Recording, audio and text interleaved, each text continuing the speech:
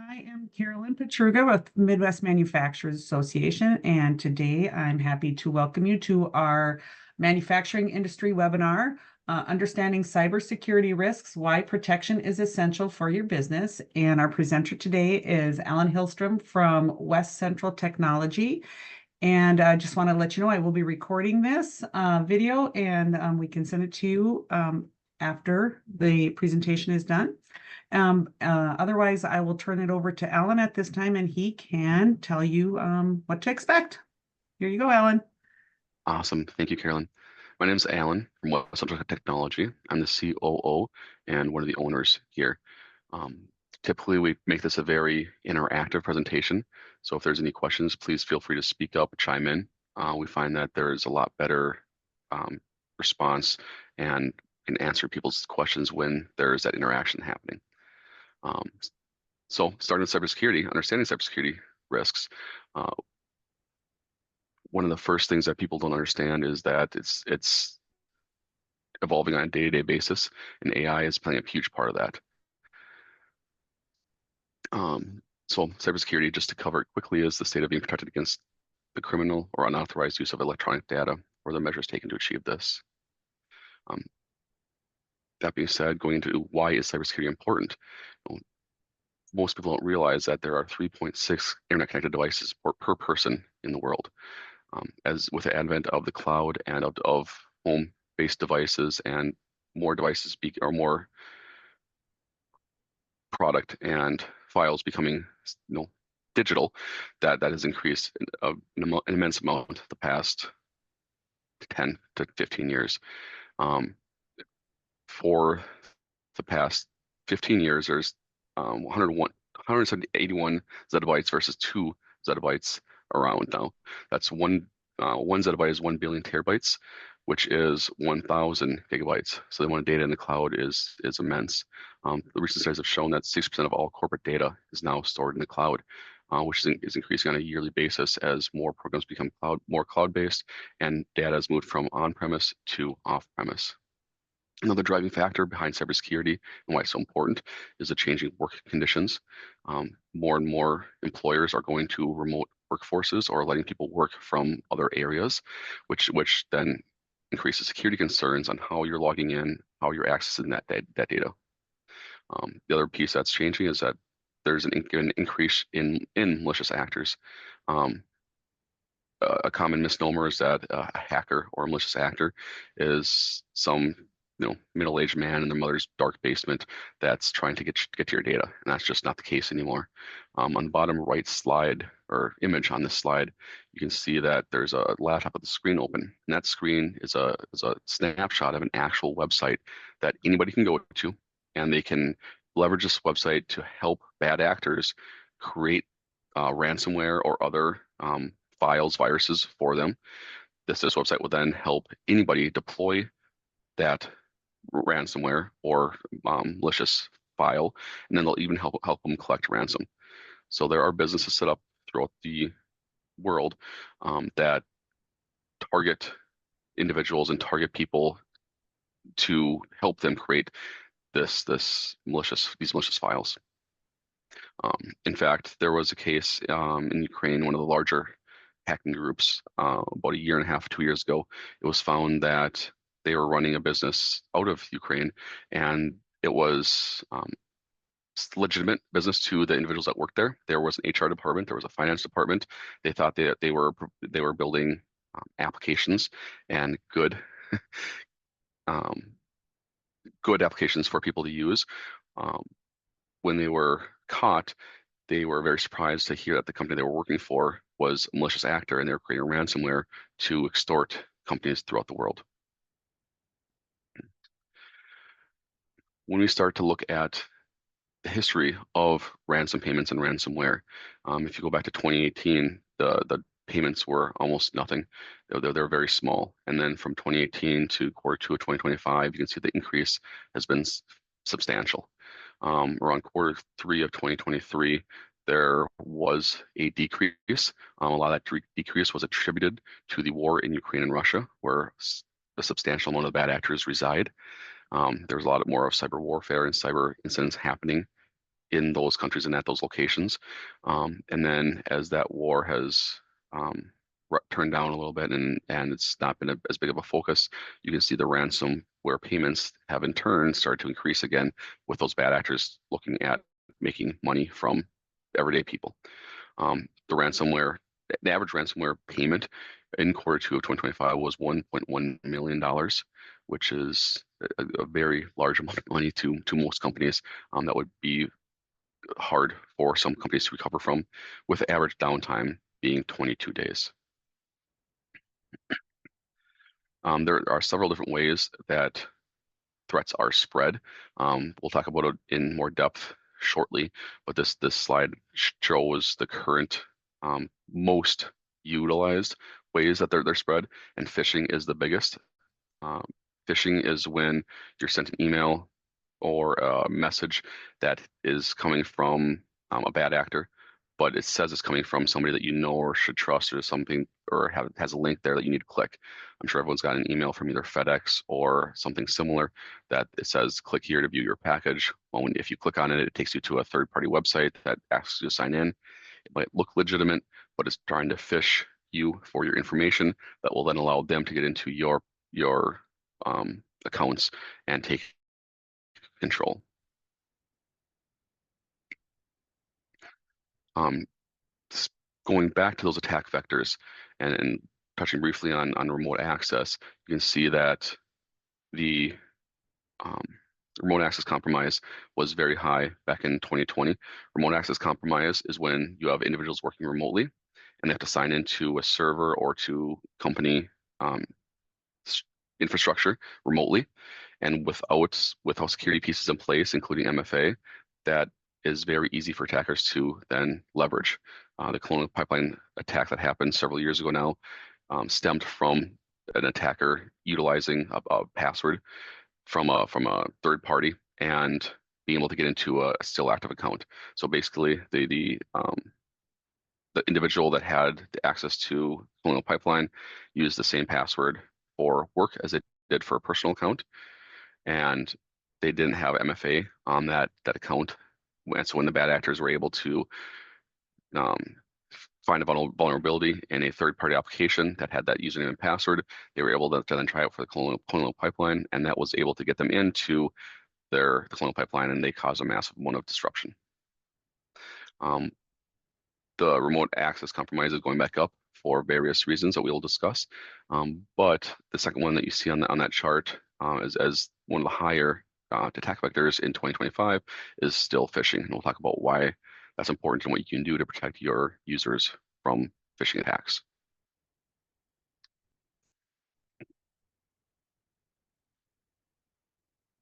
So there's been an 83% increase in cyber crimes on standalone cyber policies in the last year. 91% of successful breaches start with a spear phishing attack. A spear phishing attack is a little different than a phishing attack in that they will target a specific individual after gathering more knowledge about that individual to make it a more personalized message. With the advent of AI and how AI is becoming more mainstream, collecting information about people is easier now than it was 2 or 3 years ago, and it can be very effective when you get an email stating your name and something about you, and the individual wants to catch up, or they've talked to you before about XYZ because they've been able to sleuth either social media or websites and find out more about the individual. The affected industries change pretty much on a yearly basis to some extent, but professional services is still the overall largest industry affected at almost 20%. Malware is broken into at least two different categories. When you look at it as what's new and what's not new, new malware is considered zero-day malware. Zero-day malware is malware that has not been seen by the public before. That vulnerability was first seen that day it was released. And that's important because until malware is seen, until it's found out in the wild, until it's experienced by somebody, if you have an antivirus, that antivirus will not protect from that malware. So if you have an EDR, an endpoint detection response that we'll get into, that will help against zero-day threats, but antivirus by itself will not protect against zero-day malware. Um, and then 93% of malware that they've seen was known malware that's been out in the past. Another really interesting piece on this slide is that the malware attack frequency is 0.5. There's one attack every 2 seconds. So this isn't something that's weeks or months in between the attacks, malware attacks. Now the ransomware attacks, you're seeing one attack every 2 seconds.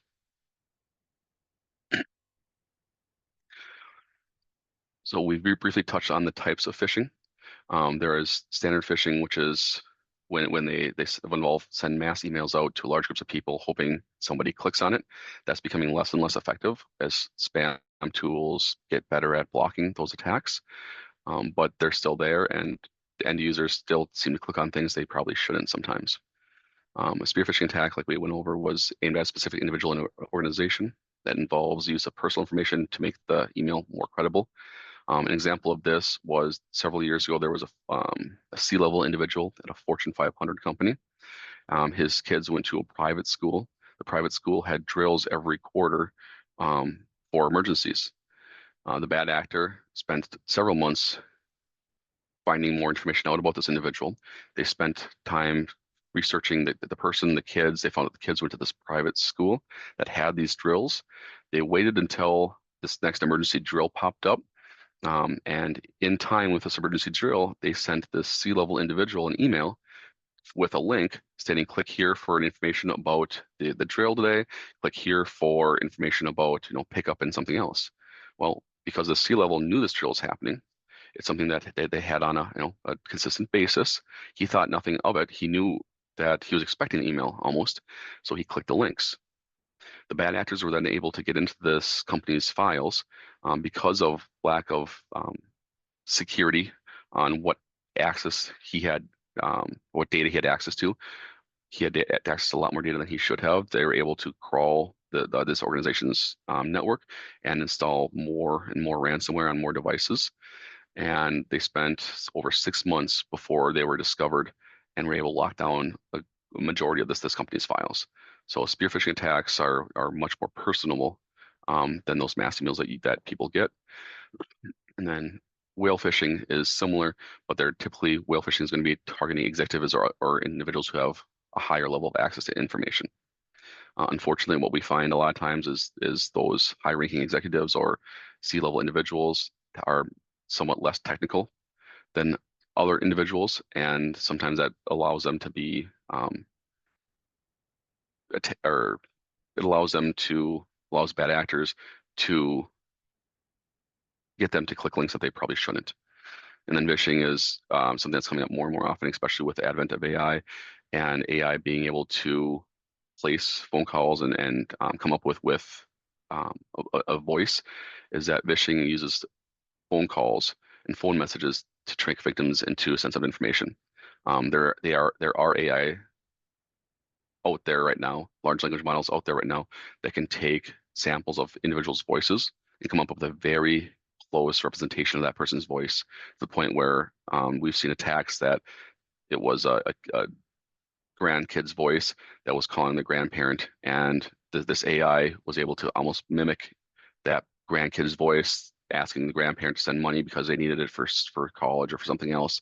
The grandparent sent money, obviously not to the grandkid, and there's no way to get that money back once it's sent. When looking at phishing, there are a few things that you can look for. Part of the first piece is the from address. You can mask the name of who it's from, but if you hover over the from piece in an email, it will give you the full email address if it isn't already laid out for you to see. And it's important to look at what the spelling is. Whether it's a letter or a symbol off from that, you can see that this message that's supposed to come from Amazon, about the Amazon account, the Amazon -security is misspelled, so is the domain at amazon.com. When you get to the subject, you can see that there's misspellings in that subject line. This is something that happens a lot when these messages are put together manually. With AI, emails that you're seeing that are phishing emails are going to be a lot more lot better put together. They're going to be spell checked. They're going to flow better than the emails that you would have seen 2 and 3 years ago. So it's going to be harder to pick out the grammatical errors as it used to be, but the from address, the from piece is very important, and also what they're looking for. Um, when you see an email like this is obviously just a flat phishing email. This is not a spear phishing email because it says hello user, not hello name. Look for them to use your name in those accounts. Most providers have your name on file, and they have form fillable fields that will include your name in those emails. Another piece that you see a lot with ransomware attacks is that there's a urgency on the message. So if you have to respond within an hour, 6 hours, or 12 hours, a lot of times they're looking at you to make a decision quickly without being able to think through what you're doing. Um, and then the link in there obviously will be a bad link to their site, likely to either download a ransomware or to ask you to log into whatever account you're accessing. When you log into that account, they then have your credentials and are able to access it themselves, especially if there's not MFA involved in your security stack. So look out for those links. If you have a question about these emails and these messages that are received, it's always better to go to the link yourself. So instead of clicking on the link in the email, go to Google, Chrome, or Edge, whatever you use for a web browser, type in Amazon.com, log in yourself, and then look for that information that they're saying you need to check out there. So as we showed previously, phishing and end user access are two of the biggest ways that bad actors get into companies' infrastructures. So it's very important that training are done with those end users, and all end users. Studies have shown that untrained team members are likely to fail phishing attacks almost 33% of the time. When you start to implement training for those end users, whether it be a couple times a year or a little bit more, that percentage of individuals clicking on the link drops from 33 to 9 or 18.5%. And then those companies that have ongoing training, so monthly trainings that go out for phishing, they find that the ongoing training helps members click only 5.4% of the time. Another piece that companies can put in place to help protect users is using unique passwords and MFA.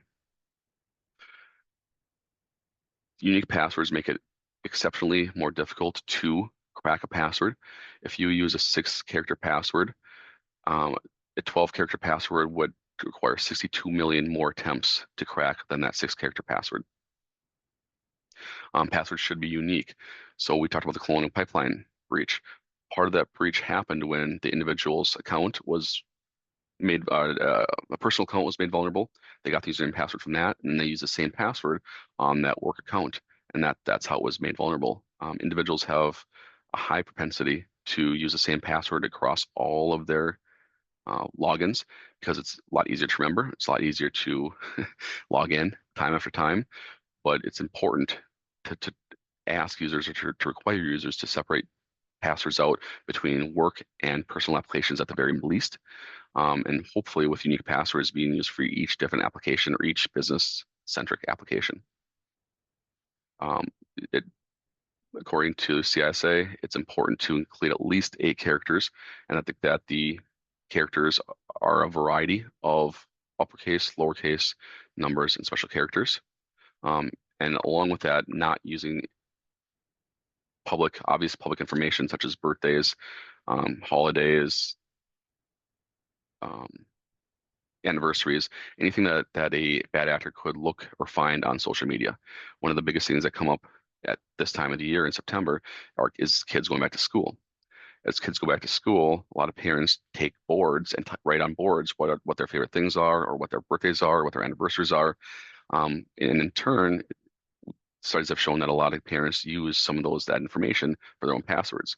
Another good example is when there was a lot of quizzes going around social media of, what do you like doing, or what have you done, or what's your favorite animal, where were you born?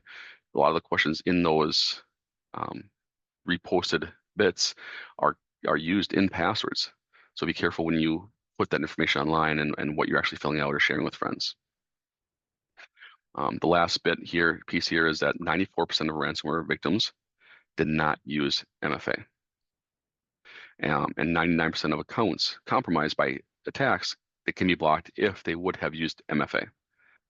So that in itself shows how important it is that MFA is enabled on any business critical account, which would also include banking or anything that you wouldn't want a bad actor getting into. As far as password creation goes, one of my favorite pieces or ways to find a password is creating a phrase.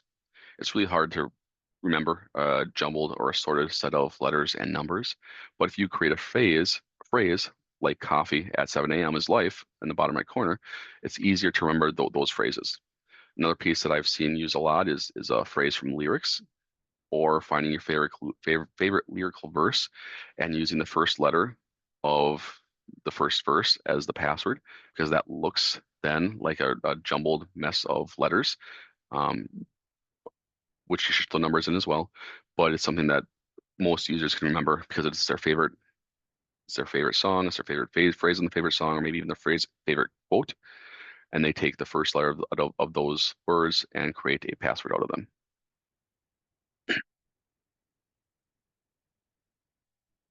Going back to the zero-day threats and how 7% of active malware are zero-day threats, antivirus only stop threats they actively know about. So antivirus works in looking at the signature of the program that's running. You can think about the signature as a thumbprint. So if the thumbprint is known, if that threat has been seen in the past, the antivirus knows that that's a bad program. It won't allow it to run, which is a good first step. However, if that program is changed in any way, that signature, that thumbprint will vary. And now that antivirus, even though it's the same base program, that antivirus will not know to stop it anymore because that signature is just different enough where it doesn't pick it up as a bad program. EDR is the next step past antivirus. EDR stands for Endpoint Detection and Response. EDR manages and monitors suspicious activity across all endpoints in real time, and it looks at what data is being used and how that data is being used. So if a bad actor has a program, that is sent out via phishing attack, and the end user clicks on the phishing link and installs this program and has the ability, the privilege to install this program on their machine, this program will start to run. These programs are designed to help or to look for other accounts that it can then leverage to get higher level of access. And that's how it goes from one program and computer to the next computer to the next computer to the server, and so on and so forth. So it's looking for elevated permissions. Well, if the EDR sees that it's just looking for elevated permissions on these files, it will actually kill the program. It can send an alert or message to whoever is signified to get those alerts. And some EDRs will even try to remediate that program. So if it sees a program was acting in a way that it sees as being harmful, it will use that behavior and that AI analytics to then quarantine that program and even uninstall that program itself. So EDR is a very important piece of the security stack on a computer by computer and server by server basis. It's something that I would highly recommend you look at leveraging if you're only using antivirus. Another important piece that some individuals or some companies don't look at is data retention policies. Most companies have set data retention policies or timelines on how they have to keep things, depending on the industry and who you're working with. It might be 7 years, it might be 10 years, it might be 12 years, or even longer. But it's important to look at what those data retention policies are, or create a data retention policy if you don't have one, and then make sure that you're not keeping data that lives for longer than that amount of time. An example of this is that there was a medical facility out on the East Coast in 2021, and they had a lot of data that they got sent over from a hospital. They created devices when people got out of the hospital to help them live life. Well, this hospital were sending them a lot of their secure and privileged information to achieve that, to work with. But this company had information going back 20 years. It wasn't required. that they keep it after a certain amount of time, but they maintained it nonetheless. And they also had not enforced principle of least privilege on that information. So anybody that had access to their network was able to get that.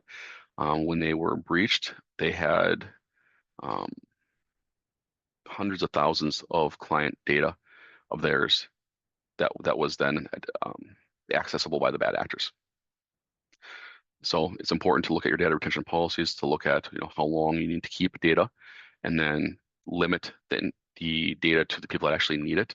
Going back to that Fortune 500 example from a few slides ago, that C-level individual didn't need to have access to all the data that they had access to. They weren't involved in finances, but had access to a lot of finance data. They weren't involved in HR, but they had a lot of access to HR and social security number information. So going to the slide deck and that second point, it's important that you use principle of least privilege so that only individuals that have to have access in their day-to-day jobs have access to that information that could be leveraged by bad actors. We would also recommend that all companies set up an incident response plan.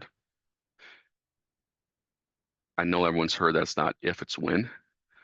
There's a lot of layers you can implement with your security stack. There's a lot of pieces you can put in place. Even with all those different layers, the end user is the weakest link typically. And we've seen companies that have a lot of these layers in place that still get breached. It's important that if that were to happen to you, that you're not sitting there wondering what the next step is. Time is very critical in these matters. So make sure that you're prepared. Know how you need to respond before you actually have to respond. If an incident happens, make sure you reach out to that you follow that plan and you reach out to the individuals that can help you stop the attack and fix it. And that includes knowing who to contact and numbers for those individuals before it actually happens.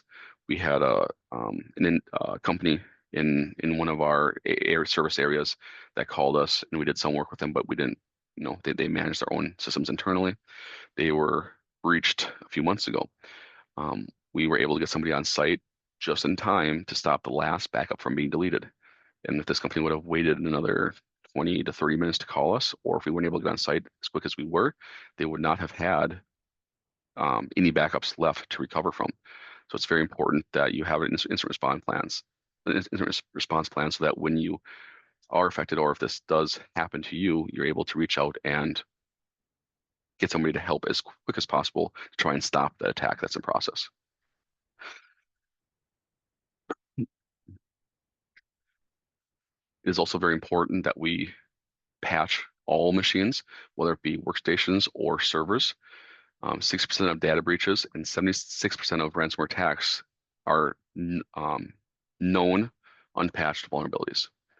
So whether it be Microsoft or a service platform that you use or an ERP, there are vulnerabilities in all of those programs. And as time goes on, they're discovered and then leveraged.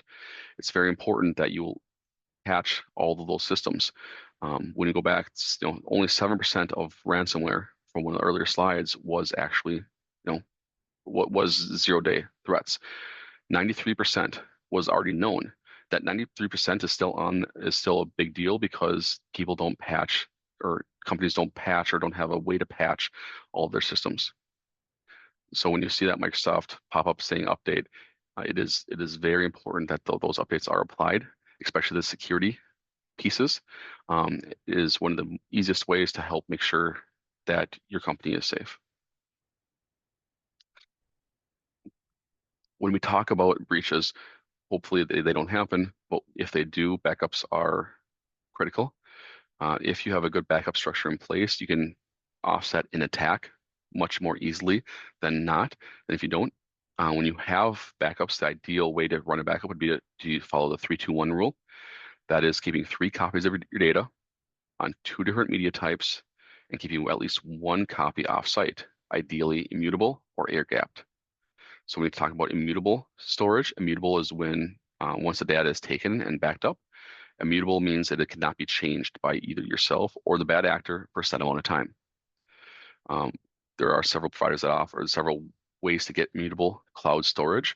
If there's any questions, obviously, on any of this information, please reach out to us or talk to your IT provider and ask about those questions. But immutable storage allows you to take backups in the cloud, and those backups are then not able to be compromised, so you can restore from them if needed. And then another piece is regularly test your backups and recovery processes. A lot that we've seen some of our clients that have backups in place, or they have something happen, or maybe they just lose a document or data, and that's fine. We have backups, but when backups aren't tested, you don't know they're going to work. So we would recommend testing the backups on either a monthly or quarterly routine. It's something that we help all of our clients with to make sure that the backups are being done um, effectively, and that you're able to actually restore from those backups.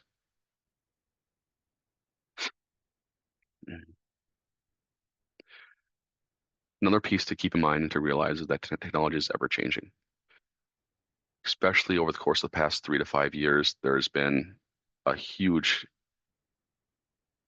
increase in the amount of AI that's being used. There are several large language models that we'll speak about shortly that are out. Cybersecurity now is more important than ever with the way that bad actors are able to leverage that AI in a malicious capacity and use that AI to create more programs and ransomware that will either go around or try to skirt the securities that are currently in place. And then speaking briefly on AI, we feel very strongly that it's important to educate yourself on how AI works, what AI is, what it does. What we found in our capacity as advisors to our clients is that some people want to try and ignore AI, or they don't know how to approach it or how to leverage it. So we've been having a lot of discussions with our clients about how do we, first of all, how do we use it? What is it? How do we use it in a protected manner? How do we make sure that our information is safe with it?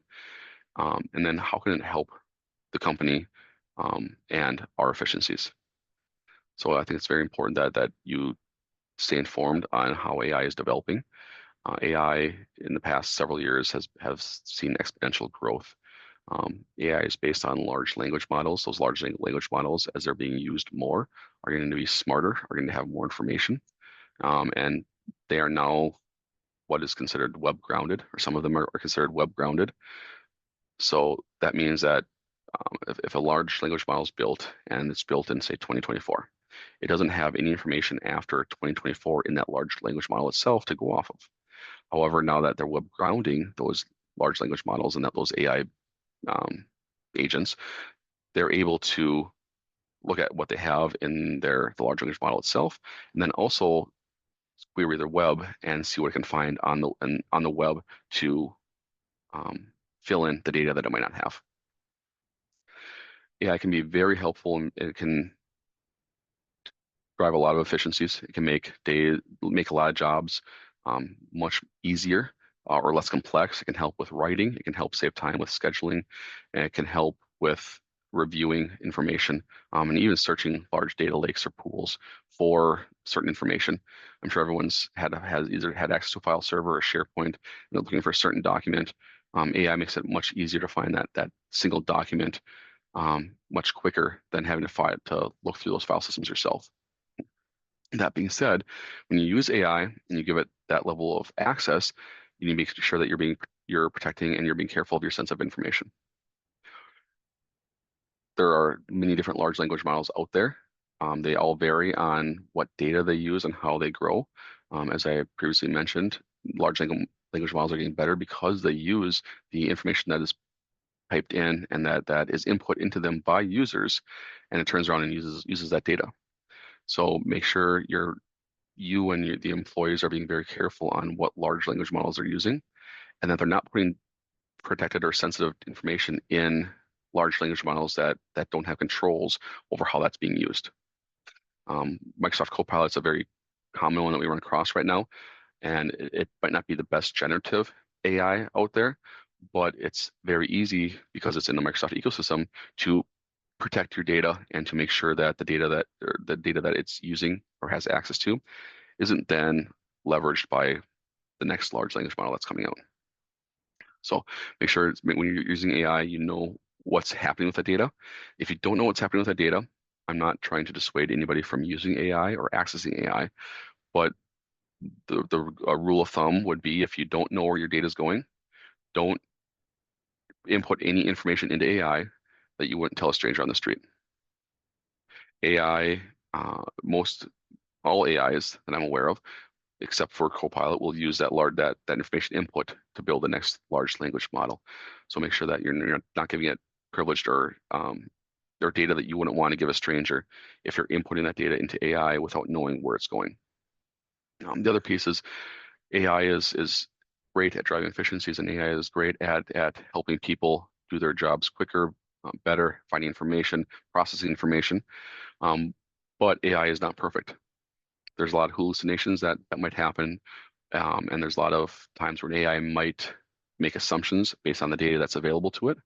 Those assumptions maybe aren't correct. So it's also very important that when you use AI to create documents or emails or um, help you with processes, that you're also thoroughly examining the output that you get out of those processes so that it's gone over by a knowledgeable individual. So while AI makes us a lot more efficient, it's also going to require oversight still and somebody to verify that what you're getting out of AI is actually um, correct information.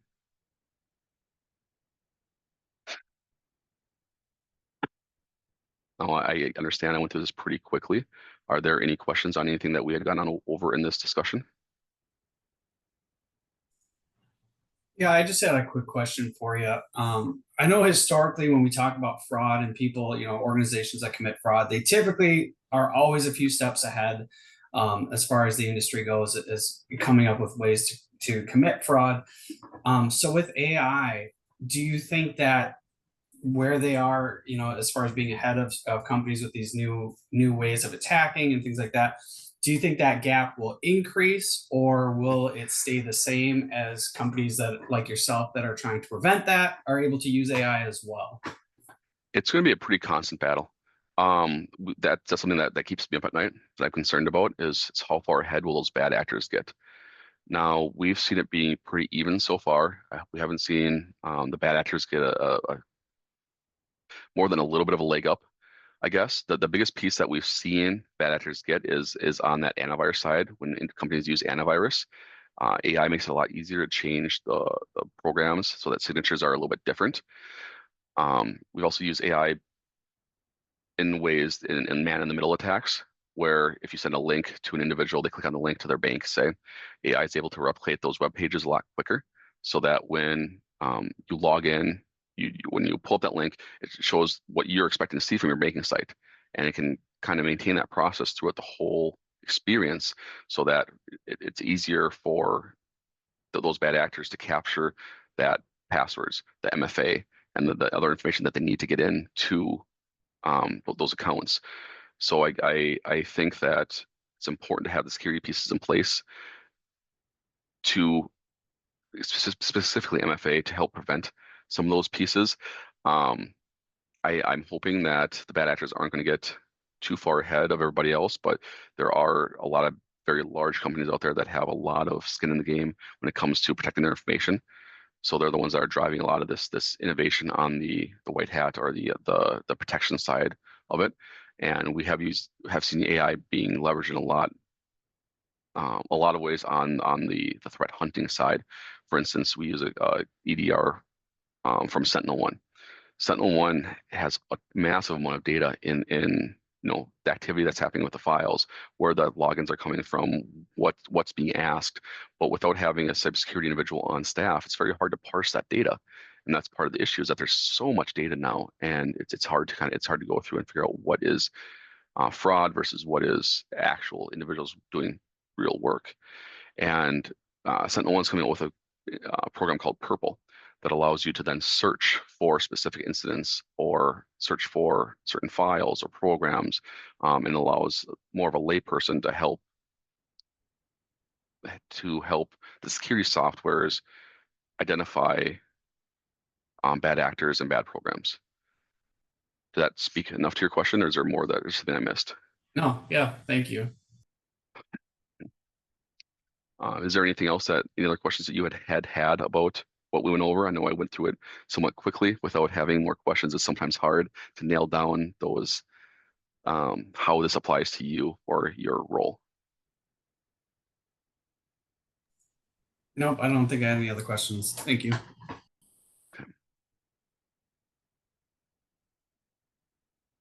All right. Well, Alan, Jill, we want to thank you for presenting on this important and interesting topic. So much to learn.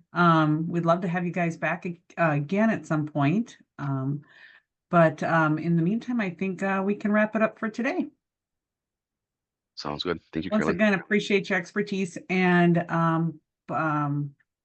if anyone has any questions, please reach out to me at Midwest Manufacturers, and we will direct you in the right place and get you in touch with Ellen. All right. Thanks, guys. Thank you. Bye.